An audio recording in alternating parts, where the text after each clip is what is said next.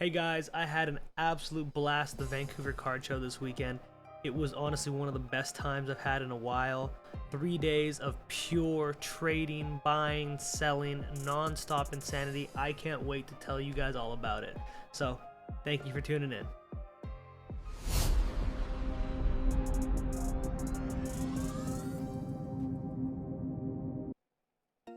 So I wanted to go over a couple things with you guys, because it was an amazing experience being at the Vancouver Card Show this weekend.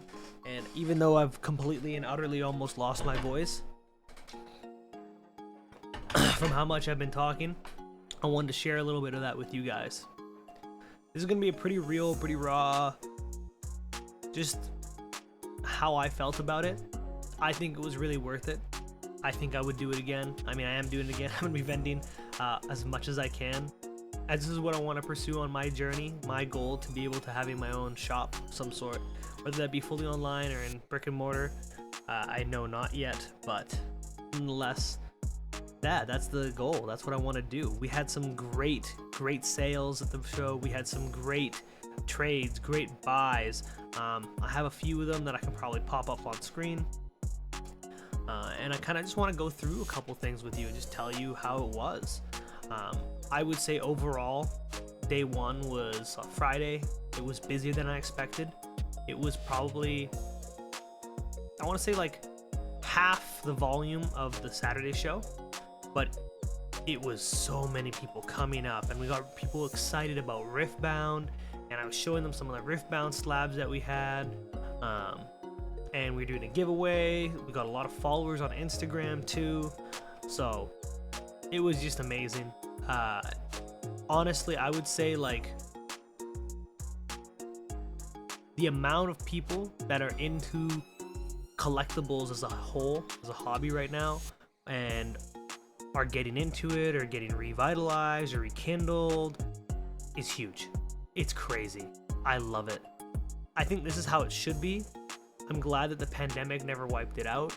I don't think it should have wiped it out, but I'm glad that it never did, because this is truly like, it's one of those things where you don't really expect collectibles to be in such a digital world, like so at the forefront of things, right? So like, you know, when you look at a card like this, yeah, if it focuses, you look at a card like this, like you wouldn't expect this Luffy to be at the forefront, but like I had lots of people asking me about this card, want to take a look at it.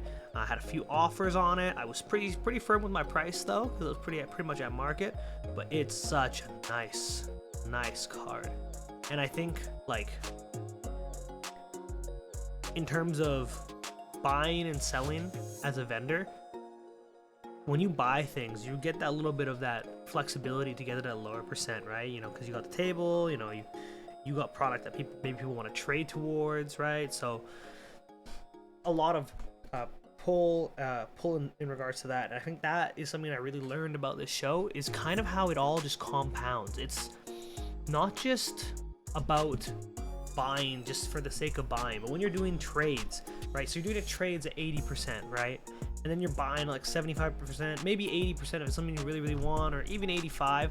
But when you're doing trades after buying something maybe at 80%, and then you're doing a trade at 80% again, so now that 80% is kind of compacted. And, you know, and I always wondered like how these vendors are like have the margin to go below like market by a lot. And that's because the more you do this, the more you are, even if you're buying something and you're having to pay some cash on top, the more you're buying and using trade and trading up, it just is an exponential stacking experience.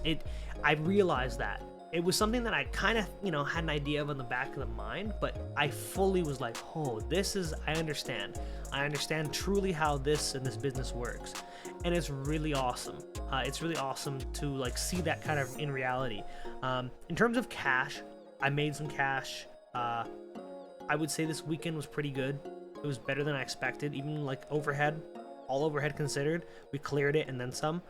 And then we made some great trades and buys. And I think that's really where it comes down to. So like, not only did I get some cool pieces from my PC, but like I was able to make some profit on the trades and buys that I can now hold on to or the next show to use for another trade or another buy, you know, so it just kind of keeps on stacking up on top.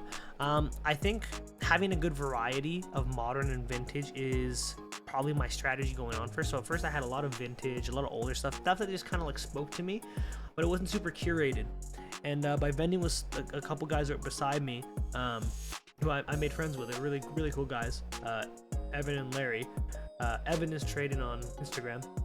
I was able to learn like a few things of like what I should probably be stocking, what I should probably have, like just by like being around them, hearing, you know, their trades, looking at the things they had.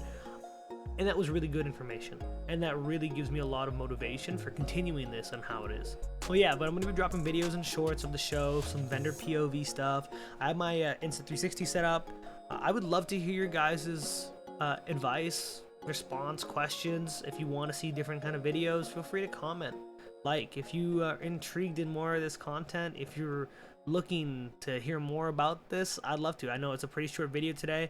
I just wanted to get this out. I just wanted to talk about it and let you guys know my experience with the Vancouver Card Show as a vendor. So yeah, if you want to hear more about it, if you want to hear some vendor tips and tricks that I'm learning as I'm going, I'd love to tell you about it too. But for now, I gotta rest my voice. I gotta list some things on eBay. It's been a long weekend. It's Monday today. I'm trying to take it easy before the next show next week, but I'll catch y'all later, all right? Peace.